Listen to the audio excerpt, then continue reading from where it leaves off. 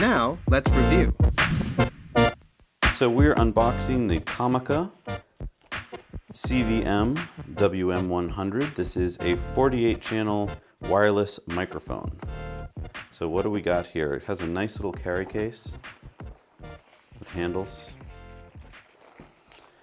And inside we've got the user manual, a warranty card. Nice little pockets here for all the little stuff that you're going to need. So you're going to need a lav mic that comes with it. Oh, that's nice. It comes with a dead cat. So dead cat is this little fluffy guy that you put onto your microphone in case it's windy out to block the wind. So that's nice to have. Oh, this is nice. You're getting 2 cold shoes. So a cold shoe is this little guy here, and it goes onto your camera on the top so that you can mount the receiver onto your camera. Well, this is nice too. So it comes with a mini to XLR cable, which will come in handy if you have different gear that needs XLR. Also, it comes with the cable that you're going to need to plug your receiver into your camera. These are both mini. And it comes with 2 clips. These are going to go onto the devices themselves. So the devices are on the next level here. They're kept in this nice foam compartment. One of them is the receiver. That's this one. This clip is going to clip onto the receiver so that if you wanted to put this on your belt, you can. And then this is the transmitter. And so here, so basically, I think I would reverse this actually. This I would take the clip off of because you're probably most likely going to have this on the camera. So this you would put the cold shoe onto. All right, so I think we found our first problem here, which is that when you go to put the cold shoe in, at least on the model that we got, you start to screw this in and you get about a quarter of the way and you can feel that there's a thread problem. And so, I mean, I guess you can still make this work, but it's not really in there deep. It's not really screwed in tight. So this receiver would mount to your camera using this cold shoe.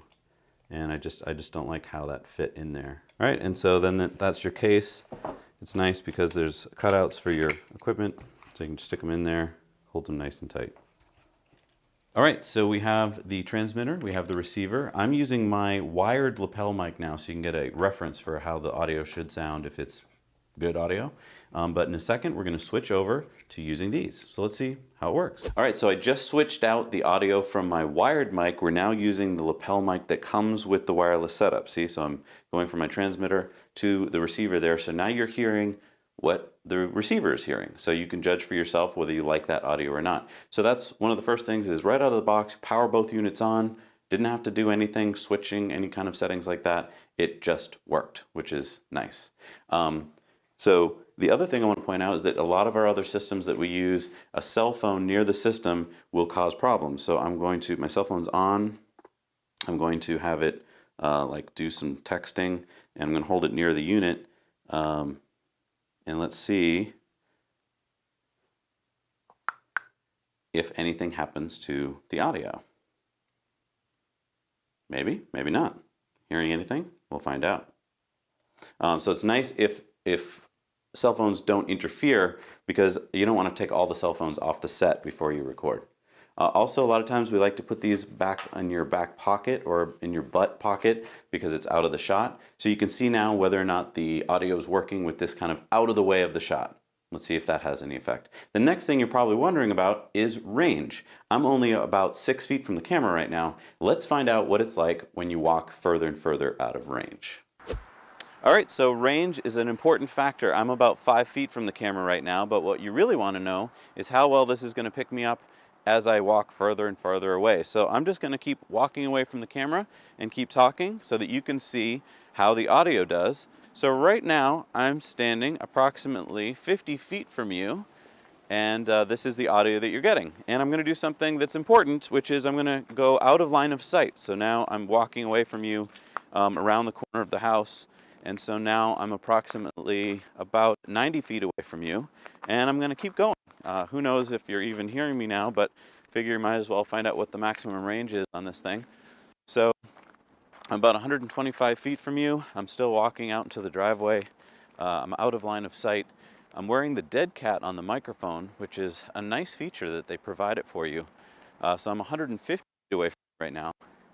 And the dead cat blocks out a lot of the wind noise that you'd be hearing. Because right now, I'd say there's an occasional gust of wind, maybe 8 miles an hour, that would be causing some wind noise in the mic, but the dead cat is blocking out. So now I'm approximately 125 feet from you, coming back toward the house, and we'll see how well it's doing. I'm guessing now that I'm probably coming back pretty strong. I'm about 100 feet away from you, and I'll be turning the corner in a second so that you'll be able to see me back into line of sight, and hopefully that's a nice strong signal. So here we are back at 50 feet, and now we're at 40 feet, and now we're at 30 feet, and we're at 20 feet, and 10 feet, 5 feet, and we'll see how we did. Okay, so the battery life, that's probably another thing that you're wondering about. These take 2 AA batteries each. I won't take it out, but they basically slide out of this and you put in 2 batteries. So the battery life is going to depend on what batteries you use. And we haven't used it long enough yet to see how long the batteries last. My recommendation would be to use really good like lithium-ion batteries to get the maximum life and carry a bunch around with you if you're doing a long day's worth of shooting. This is actually a nice feature, I want to say, because on a lot of them they've got a built-in battery that you can't change, and so if after a long day of shooting you haven't been keeping up with charging, you're kind of stuck. Whereas here, if you've got extra batteries, you can pop them in and keep going. Another nice feature of the unit is that, so we just plugged and play, we just turned it on, it worked. But if you need to change the channels, there are 48 different channels. So if you find that the channel that you're using is used by something else in your area, then you can change the channel on the receiver and the transmitter pretty easily. Also, if you need to boost the signal, you can do that here. And if you need to boost the audio, you can do that here as well. It's all done using these buttons on the front. There's a set button in the middle and an arrow on either side. Fairly simple user interface there. All right, so the battery indicator is right here. That's useful to tell you how much battery life you've got left. This little antenna and the H tells us that we're transmitting in high. You can also transmit in low. This microphone tells us that we're doing normal audio mode. We could, if you're in mute, that will have a line through it. So let's see if we can mute. All right, so while you're in lock mode, see that little lock there? It means that you can't mute by accident. So we're gonna hold the set button, and then we're going to, that unlocked us. So now we can use the mute button.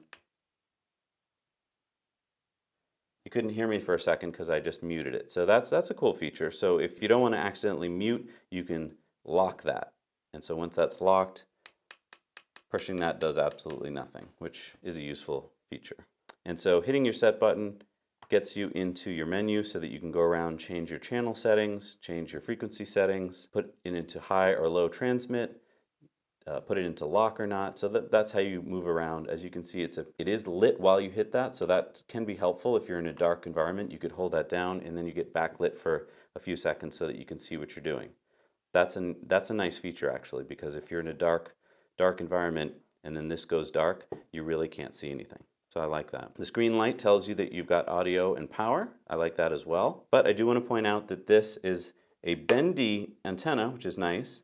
And it seems pretty secure and pretty dynamic, but I want to point out that it is stuck on there. You can't take it off, you can't replace it. So if that were to break, you're in trouble. Also, if you need that out of shot, that's going to be hard. All right, so this has been a review of the Comica WM100 transmitter and receiver.